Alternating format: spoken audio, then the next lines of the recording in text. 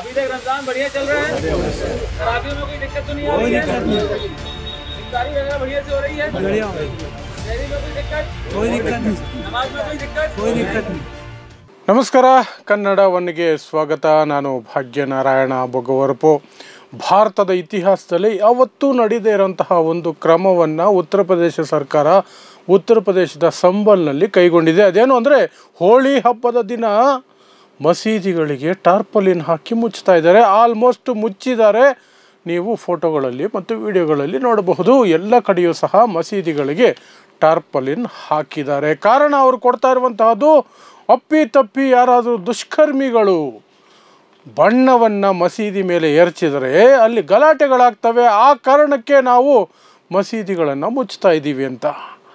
ಅದೇ ರೀತಿ ಮುಸ್ಲಿಮರ ಮೆರವಣಿಗೆ, ಮೊಹರಂ, ರಂಜಾನ್ ಸಮಯದಲ್ಲಿ ದೇವಸ್ಥಾನಗಳನ್ನು ಮುಚ್ತೀರಾ ಅಂತ ಯಾರಾದರೂ ಕೇಳಿಬಿಟ್ರೆ ದಂಗೆಗಳಾಗೋಗ್ತವೇನೋ, ದೇಶದ್ರೋಹಿ ಪಟ್ಟ ಸಿಗುತ್ತೇನೋ, ಅರೆಸ್ಟ್ ಆಗ್ತೀರೇನೋ ಗೊತ್ತಿಲ್ಲ. ಆದರೆ ಸದ್ಯಕ್ಕಂತೂ ಮಸೀದಿಗಳನ್ನು ಯಾವುದೇ ಅಡೆತಡೆ ಇಲ್ಲದೆ ಸಂಬಲ್ನಲ್ಲಿ ಮುಚ್ತಾ ಇದ್ದಾರೆ. ಆಲ್ಮೋಸ್ಟ್ ಮುಚ್ಚಿದ್ದಾರೆ. ಸರಿ, ಅದು ಒಂದು ಕಡೆ.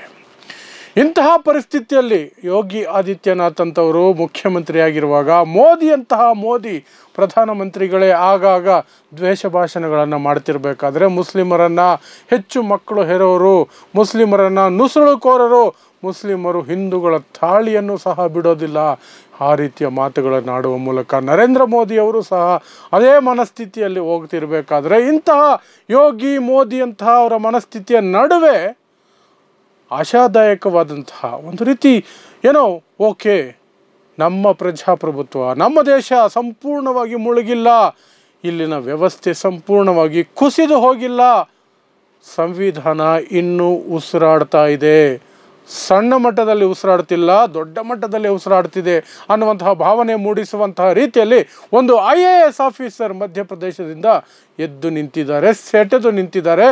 ಅವರ ಕ್ರಮ, ಅವರ ನಡವಳಿಕೆ ನಮಗೆಲ್ಲರಿಗೂ ಸಹ ಒಂದು ಭರವಸೆಯನ್ನು ಕೊಡುತ್ತೆ. ಈ ದೇಶದ ಸ್ವಾಸ್ಥ್ಯವನ್ನು ಕೆಡಿಸೋದು ಅಷ್ಟು ಸುಲಭ ಅಲ್ಲ, ಅದಕ್ಕೆ ಜನ ಅವಕಾಶ ಮಾಡಿಕೊಡಲ್ಲ. ಇಂತಹ IPS ಅಧಿಕಾರಿಗಳು ಅದಕ್ಕೆ ಯಾವತ್ತಿದ್ರೂ ಸಹ ತಡೆಯಾಗಿ ನಿಲ್ತಾರೆ ಅನ್ನುವಂಥದ್ದು. ಯಾರ ಈ IPS ಆಫೀಸ್ ಅಂದರೆ ಅಭಿನವ್ ವಿಶ್ವಕರ್ಮ ಅನ್ನುವಂಥವರು, ಇಂದೋರ್ನ DCP ಇವರು. ಇವರ ಒಂದು ವಿಡಿಯೋ ಈಗ ವೈರಲ್ ಆಗ್ತಾ ಇದೆ. ಇವರು ಜನರ ಮಧ್ಯೆ ಹೋಗಿ ಮಾತನಾಡಿರುವ ವಿಡಿಯೋ. ರಂಜಾನ್ ಉಪವಾಸದ ತಿಂಗಳಿದು, ಅದರ ಜೊತೆಗೆ ಹೋಳಿನೂ ಬರ್ತಾ ಇದೆ. ಎರಡರ ನಡುವೆ ಅಲ್ಲಿ ಜನರನ್ನು ಪ್ರೀತಿಯಿಂದ ಕೇಳ್ತಿದ್ದಾರೆ, ಯಾವುದೇ ರೀತಿಯಾದಂತಹ ಗೊಂದಲಕ್ಕೆ, ಗಲಾಟೆಗಳಿಗೆ ಅವಕಾಶ ಮಾಡಿಕೊಡಬೇಡಿ. ಅಪ್ಪಿತಪ್ಪಿ ಸಣ್ಣ ಪುಟ್ಟ ಘಟನೆಗಳಾದರೂ ಸಹ ನನ್ನ ಗಮನಕ್ಕೆ ತಗೊಂಡು ಬನ್ನಿ, ನಾನು ಅದನ್ನು ಸರಿಪಡಿಸೋ ಪ್ರಯತ್ನ ಮಾಡೋಣ. ನೀವು ನಾವು ಎಲ್ಲ ಸೇರಿ ಒಟ್ಟಾಗಿ ಅಣ್ಣ ತಮ್ಮಂದಿರ ರೀತಿಯಲ್ಲಿ ಕೆಲಸ ಮಾಡೋಣ, ಅಣ್ಣ ತಮ್ಮಂದಿರ ರೀತಿಯಲ್ಲಿ ಬದುಕೋಣ. ರಂಜಾನ್ ತಿಂಗಳ ಉಪವಾಸ ಹೇಗೆ ನಡೀತಾ ಇದೆ, ನಿಮಗೆ ನಮಾಜ್ ಮಾಡೋದಕ್ಕೆ ಏನಾದರೂ ಸಮಸ್ಯೆಗಳಾಗ್ತಿದ್ದಾವ, ನಿಮಗೆ ಏನೇ ಸಮಸ್ಯೆ ಇದ್ರೂ ನನ್ನ ಗಮನಕ್ಕೆ ತಗೊಂಬನ್ನಿ ಅಂತ ಹೇಳ್ತಾ ಇರುವಂತಹ ವಿಡಿಯೋ ವೈರಲ್ ಆಗಿದೆ. ಮೊದಲು ಆ ವಿಡಿಯೋನ ಒಂದು ಸಲ ನೋಡ್ಬಿಡಿ. ಅದರ ನಂತರ ಅದೇ ಒಂದು ಪೊಸಿಷನ್ ಆಲ್ಮೋಸ್ಟ್ ಇರುವಂತಹ DYSP, ಉತ್ತರ ಪ್ರದೇಶದ DYSP ತನ್ನ ಒಳಗಿರುವಂತಹ ಧರ್ಮದ ವಿಷ ಹೊರಗೆ ಹಾಕಿದ ರೀತಿಯನ್ನು ಸಹ ವಿವರಿಸ್ತೀನಿ. मिल करके मनाना है। और मान लीजिए खुदा ना खास्ता कोई घटना होती भी है तो आप सभी लोग यहाँ पर समझदार नागरिक हैं।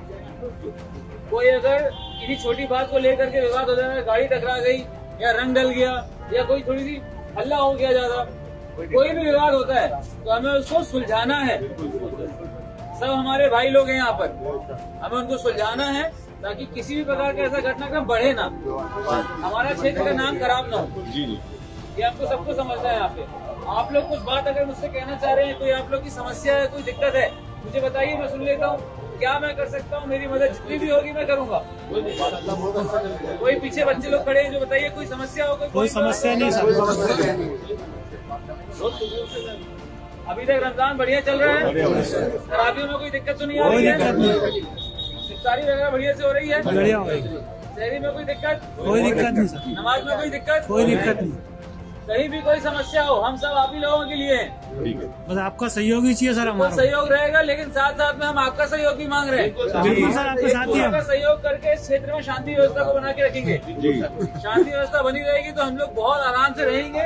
आप लोग भी अच्छे से त्योहार मनाइए, बाकी लोग भी अच्छे से त्योहार मनाएंगे और सब लोग जो है बहुत ही शांतिपूर्ण रूप से यहाँ हमारे क्षेत्र का नाम भी बना रहेगा। बिल्कुल सर, हमारे क्षेत्र से कभी कुछ नहीं। जब आप लोग अपने घर पे जाएंगे, अपने मोहल्ले में जाएंगे, वहाँ पे आपके साथी होंगे, आपके मित्र होंगे, 4-5 लोग जिनके साथ आप चाय पीते होंगे, खाना खाते होंगे, दोस्ती यारी करते होंगे, उन सबके साथ में भी इस बात को शेयर।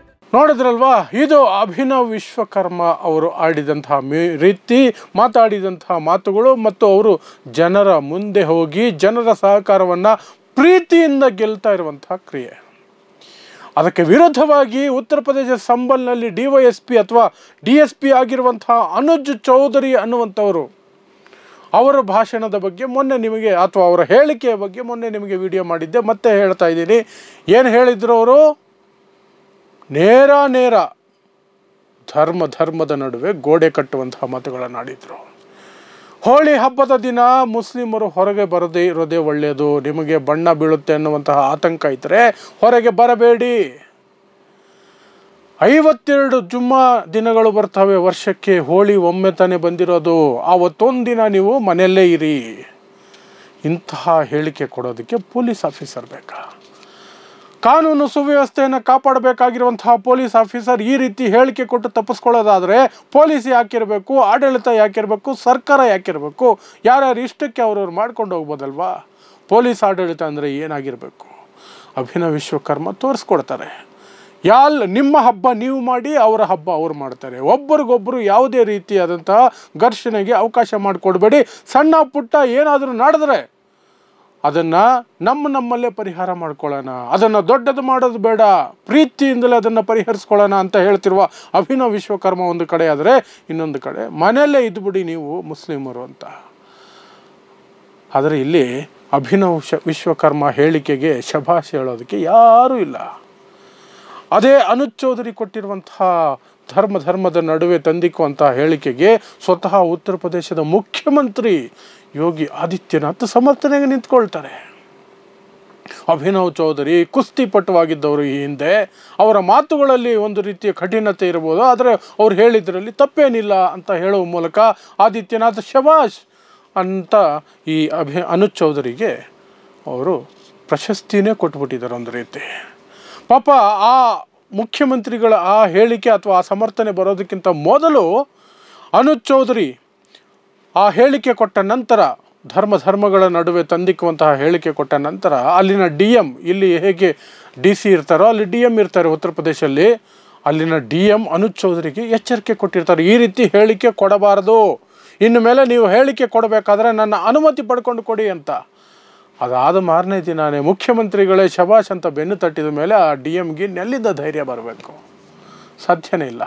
ಅದರ ಮುಂದುವರಿದ ಭಾಗವಾಗಿ ಈಗ ಸಂಬಲ್ನಲ್ಲಿ ಮಸೀದಿಗಳನ್ನು ತಾರ್ಪಲಿನ್ ಹಾಕಿ ಮುಚ್ಚಿದ್ದಾರೆ. ಇವತ್ತೇ ಮುಚ್ಚಿದ್ದಾರೆ. ನಾಳೆ ಹೋಳಿ ಇರೋದು, ಇವತ್ತೇ ಮುಚ್ಚಿದ್ದಾರೆ. ಆದರೆ ಅಭಿನವ್ ವಿಶ್ವಕರ್ಮ ಅವರ ಹೇಳಿಕೆನ ಯಾವ ಮಾಧ್ಯಮಗಳು ತೋರಿಸ್ತಾ ಇಲ್ಲ, ಅಲ್ಲಿನ ಸರ್ಕಾರ ಅಂತೂ ಅದಕ್ಕೆ ಒಪ್ಪೋದೇ ಇಲ್ಲ. ಯಾಕಂದರೆ ಅಲ್ಲಿಯೂ ಕೂಡ ಮಧ್ಯಪ್ರದೇಶದಲ್ಲಿರುವುದು ಕೂಡ BJP ಸರ್ಕಾರ. ಮೋಹನ್ ಯಾದವ್ ಮುಖ್ಯಮಂತ್ರಿ, RSSನ ಕಟ್ಟರ್ ಏನಂತೀರ ಸಂಗಾತಿಯ ರೀತಿಯಲ್ಲಿ ಬೆಳೆದು ಬಂದಂತಹ ವ್ಯಕ್ತಿ ಮೋಹನ್ ಯಾದವ್ ಮಧ್ಯಪ್ರದೇಶದಲ್ಲಿ ಮುಖ್ಯಮಂತ್ರಿ. ಯೋಗಿ ಆದಿತ್ಯನಾಥ್ ಮನಸ್ಥಿತಿಯೇ ಮೋಹನ್ ಯಾದವ್ಗೂ ಇರೋದು. ಇಲ್ಲಿ ಆಶ್ಚರ್ಯ ಪಡಬೇಕಾಗಿರೋದು, ಅಥವಾ ನಾವು ಏನು ಅನ್ಕೋಬಹುದು, ಅಲ್ಲಿ ಅಭಿನವ್ ವಿಶ್ವಕರ್ಮ ಈ ರೀತಿಯಾದಂತಹ ಸಹಬಾಳ್ವೆಯ ಜಾತ್ಯತೀತ ಹೇಳಿಕೆಗೆ ಅವ್ರಿಗೇನಾದರೂ ಶಿಕ್ಷೆ ಆಗದೆ ಹೋದರೆ ಸರಿ, ಅಂಥ ಪರಿಸ್ಥಿತಿಯನ್ನು ಅಲ್ಲಿ ಮಾಡುವಂತಹ ಪ್ರಯತ್ನವನ್ನು ಮಾಡ್ತಾ ಇದ್ದಾರೆ. ಇನ್ನು ಇದೇ ಹೋಳಿಯನ್ನು ಬಳಸ್ಕೊಂಡು ಸಂಭಲ್ನಿಂದ ಆರಂಭಿಸಿ ಇಡೀ ದೇಶದಲ್ಲಿ ಪ್ರತಿ ರಾಜ್ಯ ಎಲ್ಲೆಲ್ಲಿ BJP ಆಡಳಿತ ಇದೆಯೋ ಅಲ್ಲೆಲ್ಲ BJP ನಾಯಕರು ದೊಡ್ಡ ಹೇಳಿಕೆಗಳನ್ನು ಕೊಡ್ತಿದ್ದಾರೆ. ಒಬ್ಬ MP ಹೇಳ್ತಾನೆ, ಮುಸ್ಲಿಂ ಗಂಡಸರು ಸಹ ಬುರ್ಕಾ ರೀತಿಯಲ್ಲಿ ಟಾರ್ಪಲಿನ್ ಹಾಕ್ಕೊಂಡು ಓಡಾಡಲಿ, ಅವ್ರ ಮೇಲೆ ಬಣ್ಣ ಬೀಳಲ್ಲ ಅಂತ. ಒಂದು ಮಹಿಳಾ ಸಂಸದೆ ಹೇಳ್ತಾರೆ, ಮುಸ್ಲಿಮರಿಗೆ ಆಸ್ಪತ್ರೆಗಳಲ್ಲಿ ಪ್ರತ್ಯೇಕವಾದಂತಹ ವಿಂಗ್ ಮಾಡಿ ಅವ್ರಿಗೆ ಪ್ರತ್ಯೇಕ, ಮುಸ್ಲಿಮರಿಗೆ ಪ್ರತ್ಯೇಕ, ಹಿಂದೂಗಳಿಗೆ ಪ್ರತ್ಯೇಕ ಚಿಕಿತ್ಸೆ ನಡಿಬೇಕು ಅಂತ ಒಬ್ಬರು ಸಂಸದೆ ಹೇಳ್ತಾರೆ.